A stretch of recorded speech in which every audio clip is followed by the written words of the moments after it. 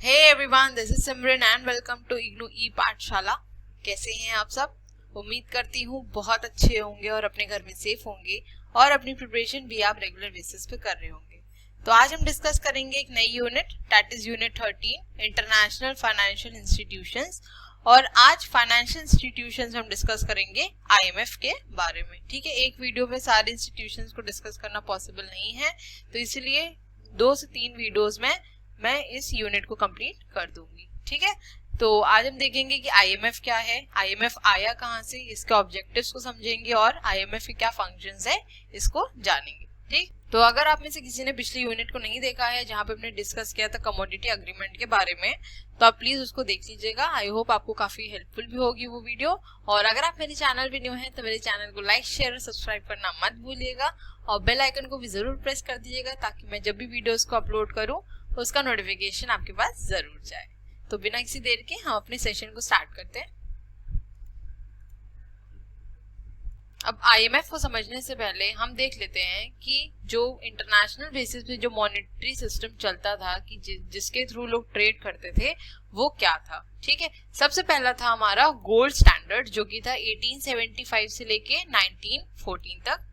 The gold standard is a monetary system in which each country fixes the value of its currency in terms of gold. The exchange rate is determined accordingly. तो सबसे पहले जो आया था हमारा क्या था, गोल्ड स्टैंडर्ड था और जितनी भी करेंसीज होती थी उनको in terms of gold he value किया जाता था। ठीक है, फॉर एग्जाम्पल ये है, let's say 1 ounce of gold is equal to 20 pounds fixed by UK, क्योंकि यूके की करेंसी क्या थी, पाउंड्स। ठीक है, and 1 ounce of gold is equal to $10 fixed by US। ठीक है, तो यूके ने जो फिक्स की थी वो की थी 1 ounce of gold equals to 20 pounds और यूएस ने क्या फिक्स की थी, 1 ounce of gold equals to $10।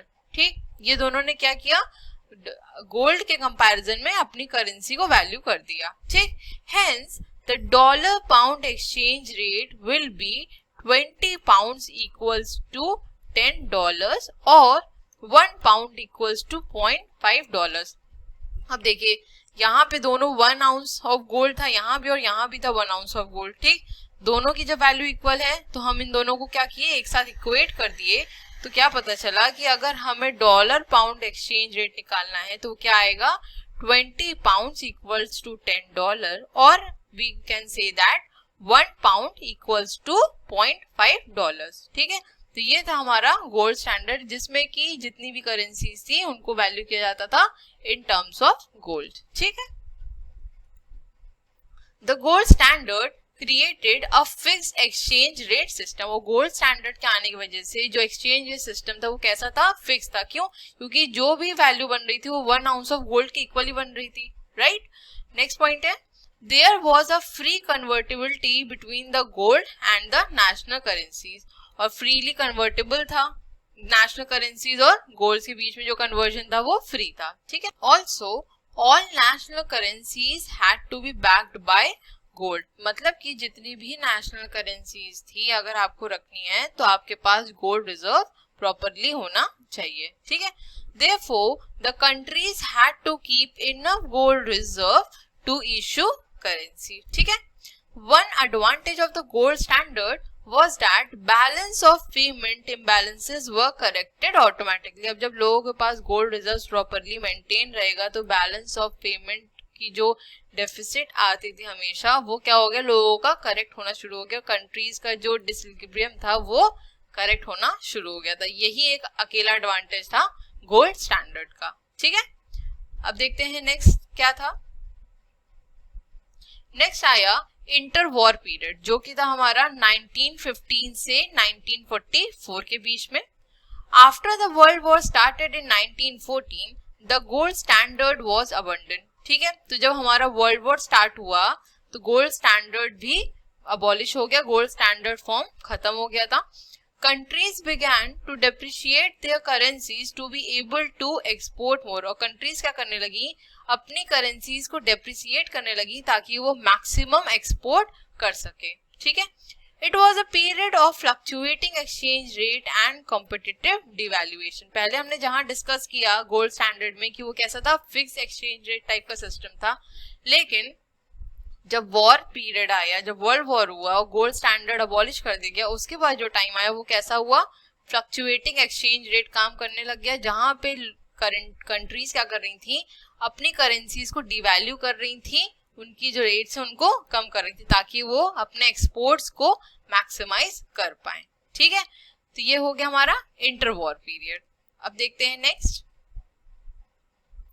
अब आया हमारा ब्रिटन वुड्स सिस्टम, जो कि बहुत ज्यादा इंपॉर्टेंट है। मैं इसको डायरेक्ट भी आपको पढ़ा सकती थी, सीधे यहीं से स्टार्ट कर सकती थी, लेकिन मुझे लगा आपको पहले के भी स्टैंडर्ड्स को जानना चाहिए। ठीक है, तो ब्रिटन वुड्स सिस्टम हमारा स्टार्ट हुआ 1945 से और चला 1972 तक।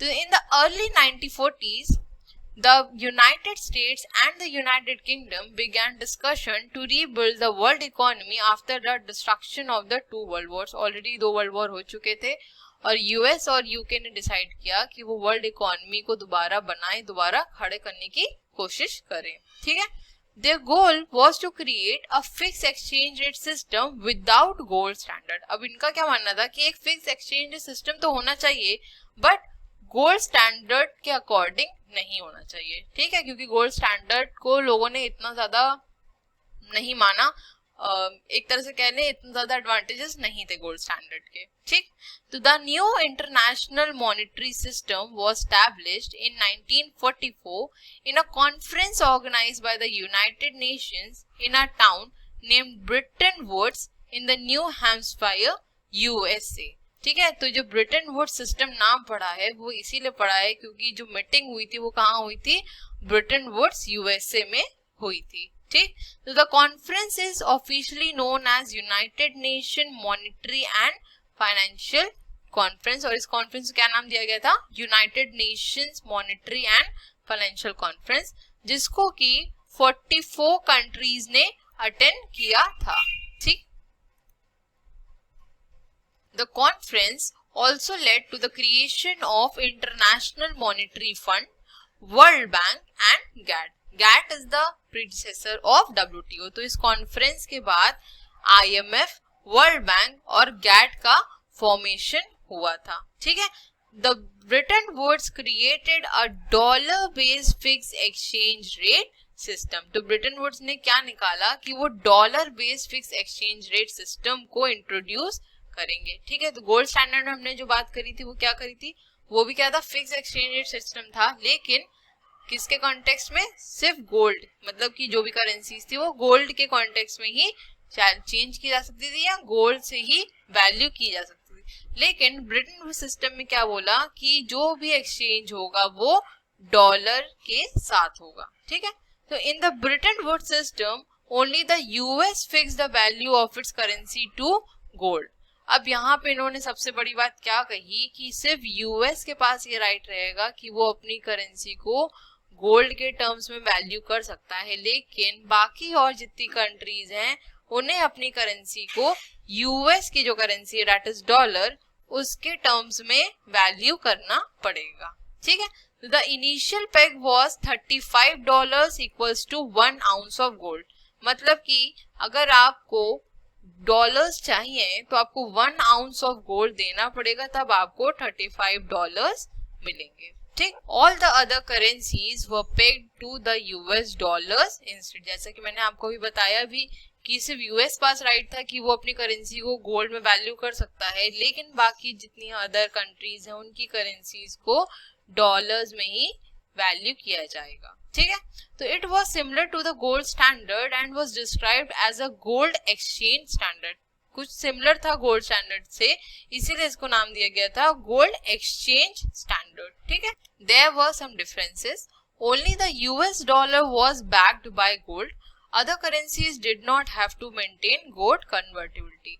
तो यहाँ पे सबसे प्लस पॉइंट क्या था अदर कंट्रीज के लिए, वो ये था कि उनको गोल्ड रिजर्व अब मेंटेन करने की जरूरत नहीं है, जैसा कि उन्हें गोल्ड स्टैंडर्ड में करना पड़ता था, क्योंकि हर एक करेंसी को गोल्ड से वैल्यू किया जाता था, एक्सचेंज किया जाता था। ठीक है, अब यहाँ पे ये काम सिर्फ और सिर्फ यूएस को करना पड़ेगा, क्योंकि यूएस जो एक्सचेंज कर रहा है वो गोल्ड के अमाउंट में कर रहा है, गोल्ड की वैल्यू में कर रहा है, तो उसको गोल्ड रिजर्व्स को मेंटेन रखना पड़ेगा, बाकी अदर कंट्रीज को गोल्ड रिजर्व्स नहीं रखने पड़ेंगे, ठीक है। Also this convertibility was limited, only governments, not anyone who demanded, could convert their US dollars to gold. और ये राइट सिर्फ गवर्नमेंट के पास था कि वो अपने जो यूएस डॉलर्स हैं उनको गोल्ड में कन्वर्ट कर सकती हैं, ठीक है। और कोई भी ऐसे नॉर्मल पर्सन यूएस डॉलर्स को इजीली गोल्ड में कन्वर्ट नहीं कर सकता है, तो इसमें सिर्फ जो गवर्नमेंट का ही पार्टिसिपेशन था वो मेन था, ठीक है। तो आई होप आपको ये क्लियर हो गया। चलते हैं नेक्स्ट स्लाइड पे। अभी हमने बात करी ब्रिटेन वुड्स सिस्टम की कि कैसे कौन सा एक्सचेंज रेट आया, कैसे किया गया। अब समझ लेते हैं कि ये ब्रेकडाउन क्यों हुआ, डाउनफॉल में क्यों गया, क्यों ये सिस्टम फेल हो गया, ठीक है। तो इन 1971 concerned the US gold supply was no longer adequate to cover the number of dollars in circulation, President Richard M. Nixon devalued the US dollar relative to gold। अब देखिए क्या हुआ, ब्रिटेन वुड्स में जितने भी करेंसीज थी उनकी जो भी एक्सचेंज रेट था वो किसके अकॉर्डिंग था, डॉलर के अकॉर्डिंग था, राइट। अब जब सारी कंट्रीज डॉलर को ही ले रही हैं और डॉलर से ही एक्सचेंज कर रही हैं, तो यूएसए के पास से तो डॉलर्स जा रहे हैं, राइट। उनका जो अपना डॉलर का जो रिजर्व है वो क्या हो रहा है, खाली होता जा रहा है। क्यों? क्योंकि डिफरेंट कंट्रीज के पास जो ट्रेड हो रहा है उनका डॉलर उधर शिफ्ट होता जा रहा है, जिसकी वजह से क्या हो रहा था कि इनकी कंट्री की जो इकोनॉमी है वो काफी फॉल कर रही थी और इनका बैलेंस ऑफ पेमेंट भी डेफिसिट में जा रहा था। इसी वजह से इनको अपनी करेंसी को डिवैल्यू करना पड़ गया इन टर्म्स ऑफ गोल्ड, ठीक है। After a run on gold reserve he declared a temporary suspension of the dollar convertibility into gold. और उसके बाद इन्होंने क्या किया कि टेम्परेरी सस्पेंशन कर दिया, टेम्परेरी सस्पेंड कर दिया कि डॉलर्स को अब गोल्ड के साथ कन्वर्ट नहीं किया जाएगा, ठीक। तो by 1973 the Bretton Woods system collapse, और 1973 के बाद तक जो ब्रिटेन वुड्स सिस्टम है वो कोलैप्स कर गया, वो ब्रेकडाउन हो गया, ठीक। तो countries were then free to choose any exchange arrangement for their currency except pegging its value to the price of gold. तो उसके बाद से क्या हुआ, जो कंट्रीज थी वो फ्री थी कि वो कुछ भी एक्सचेंज रेट फॉलो कर सकती थी, और जो एक्सचेंज रेट फ्री हो गया, फिक्स नहीं रहा, तो किसके बेसिस पे हो गया, मार्केट के बेसिस पे हो गया, ठीक है। डिमांड और सप्लाई के बेसिस पे ही अब एक्सचेंज रेट काम करता है, ठीक। They could for example link its value to another countries currencies और अ बास्केट ऑफ करेंसीज, और simply let it flow freely and allow market forces to determine its value relative to other currencies। और इन्होंने एक बात और क्या कही कि आप एक्सचेंज कर सकते हैं, आप फ्री हैं, लेकिन गोल्ड की प्राइस के साथ आप उसको पेग नहीं कर सकते, आप उसको फिक्स नहीं कर सकते, ठीक है। आप किसी और करेंसीज के साथ उसको एक्सचेंज कर सकते हैं। बास्केट ऑफ करेंसीज मतलब कुछ ऐसी करेंसीज हैं जो आईएमएफ कंसीडर करता है, ठीक है, जिसके थ्रू आप एक्सचेंज कर सकते हैं, या सिंपली आप अपनी करेंसी को मार्केट फोर्सेस के बेसिस पे, जैसे मैंने आपको बताया, डिमांड और सप्लाई के बेसिस पे छोड़ सकते हैं, लेकिन आप गोल्ड के प्राइस के अकॉर्डिंग उसको पेग नहीं कर सकते, उसको फिक्स नहीं कर सकते हैं, ठीक है। तो इसी वजह से क्या हुआ, जो ब्रिटेन वुड्स सिस्टम है उसका ब्रेकडाउन हुआ, क्योंकि यूएस के जो बैलेंस ऑफ पेमेंट है वो काफी डेफिसिट में जाता जा रहा था, क्योंकि उनकी करेंसी खाली होती जा रही थी और बहुत ज्यादा लॉस में जाने लग गई थी उनकी इकोनॉमी। तो इसीलिए उन्होंने सोचा कि इस चीज को यहाँ पे रोक दिया जाए, और इसीलिए उन्होंने जो गोल्ड के साथ डॉलर्स की कन्वर्टिबिलिटी थी उसको रोक दिया, और 1973 में ब्रिटेन वुड्स सिस्टम कोलैप्स कर गया, ठीक है। तो आई होप आपको ये क्लियर हो गया। अब चलते हैं नेक्स्ट स्लाइड पे। अब देखते हैं इंटरनेशनल मॉनेटरी फंड के बारे में, दैट इज आईएमएफ, जो हमारा मेन टॉपिक था, ठीक है। तो हमने ब्रिटेन वुड्स सिस्टम में क्या डिस्कस किया कि जो कॉन्फ्रेंस हुई थी उसमें जो इंस्टीट्यूशंस बने थे वो कौन से थे, आईएमएफ था और वर्ल्ड बैंक था, ठीक है। तो आईएमएफ और वर्ल्ड बैंक को ब्रिटेन वुड्स ट्विन सिस्टर भी कहा जाता है। क्यों? क्योंकि ये दोनों मल्टीलेटरल इंस्टीट्यूशंस एक टाइम पे बने थे, ठीक है। तो ये याद रखिएगा कि आईएमएफ और World Bank, that is IBRD, इन दोनों को क्या कहा जाता है, twin sisters of Bretton Woods system, ठीक है। The IMF was originally laid out as a part of Bretton Woods System Exchange Agreement in 1944. During the Great Depression, countries sharply raised barriers to trade in an attempt to improve their falling economies. This led to the devaluation of national currencies and a decline in world trade. तो जब great depression हुआ था, that is 1929 में start हुआ था I guess, उस time पे क्या हुआ कि कंट्रीज में जो सिचुएशन थी वो बहुत ज्यादा खराब होने लग गई. तो कंट्रीज क्या करने लग गई कि अपने बैरियर्स को बढ़ाने लग गई, ट्रेड को रेस्ट्रिक्ट करने की कोशिश करने लग गई. क्यों? ताकि वो अपनी जो इकोनॉमी गिर रही है उसको कहीं ना कहीं सरवाइव करवा सके, बचा सके. और इसकी वजह से क्या हुआ कि उन्होंने अपनी जो करेंसीज थी, नेशनल करेंसीज थी, उनको डीवैल्यू करना शुरू कर दिया, जिसकी वजह से जो वर्ल्ड ट्रेड था उसमें काफी डिक्लाइन आया. ठीक है. तो the representatives of 45 governments met at the Bretton Woods conference in the Mount Washington hotel in Bretton Woods, New Hampshire, in the United States to discuss a framework for the post-war international economic cooperation, how to rebuild Europe. तो इस conference में 45 government representatives मिले थे. किसमें? Bretton Woods conference, New Hampshire, United State में, जहां पे इन्होंने एक फ्रेमवर्क डिस्कस किया था कि कैसे वो इंटरनेशनल इकोनॉमिक कोऑपरेशन को बढ़ा सकते हैं और कैसे दोबारा इंटरनेशनल ट्रेड को खड़ा किया जा सकता है, रीबिल्ड किया जा सकता है. ठीक है. So the IMF formally came into existence on 27th December 1945. तो जो IMF है वो फॉर्मली कब आया एग्जिस्टेंस में? 1945 में. जबकि ब्रेटन वुड्स सिस्टम में जब इसकी बात हुई थी कॉन्फ्रेंस में, तो वो कब हुई थी? 1944 में. ठीक है. तो when the first 29 countries ratified its articles of agreement, तो 29 countries ने अपने articles of agreement को ratify किया था. ठीक. By the end of 1946 the IMF had grown to 39 members, और 1946 तक आते आते जो 29 members थे वो बनके कितने हो गए? 39. ठीक. On March 1st, 1947, the IMF began its financial operations, and on 8th May, France became the first country to borrow from it. तो 1 मार्च 1947 में IMF ने अपना फाइनेंशियल ऑपरेशंस को स्टार्ट किया और 8 मई को फ्रांस सबसे पहली कंट्री बना जिसने की फंड्स को बोरो किया था फ्रॉम IMF. ठीक है.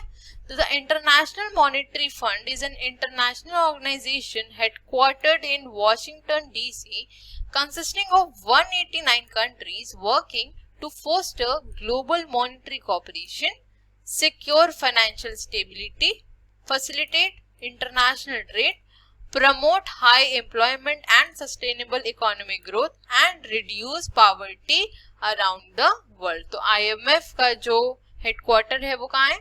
Washington DC. और मेंबर कंट्रीज कितनी है? 189. और इनका मेन एम क्या है? ग्लोबल मॉनेटरी कॉपरेशन, ताकि ग्लोबल लेवल पे जो मॉनेटरी कॉपरेशन है उसको बढ़ाया जा सके, फाइनेंशियल स्टेबिलिटी लाई जा सके इकोनॉमी में.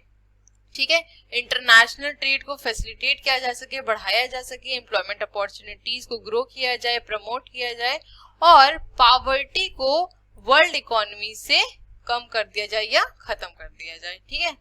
तो आई होप आपको ये क्लियर हो गया होगा. अब चलते हैं नेक्स्ट स्लाइड पे. अब हैं ऑब्जेक्टिव्स ऑफ IMF. अभी हमने जो पिछली स्लाइड में पढ़े थे वो भी ऑब्जेक्टिव्स ही हैं. ठीक है. आप उनको लिख सकते हैं, लेकिन यहाँ मैंने और भी दे दिए हैं. आपको जो इजी लगेगा आप लिख लीजिएगा पेपर में. ठीक. सबसे पहला पॉइंट है to promote international monetary cooperation. ठीक. नेक्स्ट है to facilitate the expansion and balanced growth of international trade and contribute thereby to the promotion and maintenance of high levels of employment and real income. ठीक. Next point है to promote exchange stability, maintain orderly exchange arrangements among member states and avoid competitive currency depreciation. तो मतलब कि इनका कहने का ये है कि जो करेंसीज के बीच में जो कंपटीशन है उसको रिड्यूस कर देना. ठीक है. to assist in establishing a multilateral system of payments of current transactions among members and in eliminating foreign exchange restrictions that hampers world trade. तो जितने भी हम लोग restrictions, trade barriers या non trade barriers को लगाते हैं वो कहीं ना कहीं हमारे ट्रेड को नुकसान पहुंचाती हैं या हमें ट्रेड नहीं करने देती इजली, तो इन सब चीजों को भी एलिमिनेट करना चाहिए. ठीक. To elevate serious disequilibrium in the international balance of payment of members by making the resources of the fund available under adequate safeguard. और IMF का सबसे मेजर रोल यही रहता है, जो भी उसकी मेंबर कंट्रीज हैं अगर उनका बैलेंस ऑफ पेमेंट डिसइक्विलिब्रियम की कंडीशन में है तो वो उसको रेक्टिफाई करने की कोशिश करती है, ठीक करने की कोशिश करती है. ठीक है. So as to prevent the members from resorting to measures that endanger national और international prosperity. तो इसीलिए हेल्प करती है ताकि जो भी कंट्रीज हैं उनको नेशनली या इंटरनेशनली कोई प्रॉब्लम ना हो और जो वर्ल्ड ट्रेड है उसमें एक प्रॉस्पेरिटी बनी रहे. ठीक है. तो ये जो पॉइंट्स हैं वो पीछे वाली स्लाइड से काफी सिमिलर है, लेकिन ये थोड़ा सा मैं कहूँ तो एलैबोरेटेड वे में है, तो आप दोनों में से कोई भी लिख सकते हैं. ठीक है. चलते हैं नेक्स्ट स्लाइड पे. अब है फंक्शंस ऑफ आईएमएफ. आईएमएफ के क्या फंक्शंस है इसको देख लेते हैं. सबसे पहला फंक्शन है economic surveillance. IMF prepares reports on economies of its member countries and give it to them. The idea here is to prevent a crisis to some extent before it actually occurs. तो IMF क्या करता है, monitor करता है एक तरह से member countries की इकोनॉमीज को और देखता है कि अगर उनकी कंट्री में सिचुएशन वर्स होने वाली है तो उनको पहले से ही बता देता है और उनको खुद भी एक आइडिया रहता है ताकि जब जरूरत पड़े तो वो उस मेंबर कंट्री की हेल्प कर सके. ठीक है. नेक्स्ट पॉइंट है giving loans to countries with financial crisis. The IMF has till now given loan of $180 billion to member countries during the financial crisis. और जो मेंबर कंट्रीज की कंट्री में अगर कोई फाइनेंशियल क्राइसिस होती है तो उनको लोन्स भी प्रोवाइड करती है आईएमएफ. ठीक है. नेक्स्ट पॉइंट है technical assistance and economic training. IMF provides assistance and training to the member countries about what they can actually do when a financial or economic crisis arises suddenly. तो IMF अपनी member countries को assist करती है या मैं कहूँ help करती है, ये बताती है कि अगर आपकी कंट्री में कभी फाइनेंशियल या इकोनॉमिक क्राइसिस आती है तो आप उनको कैसे डील या उससे कैसे कोप अप कर सकते हैं. ठीक है. नेक्स्ट पॉइंट है हमारा बैलेंस ऑफ पेमेंट एडजस्टमेंट.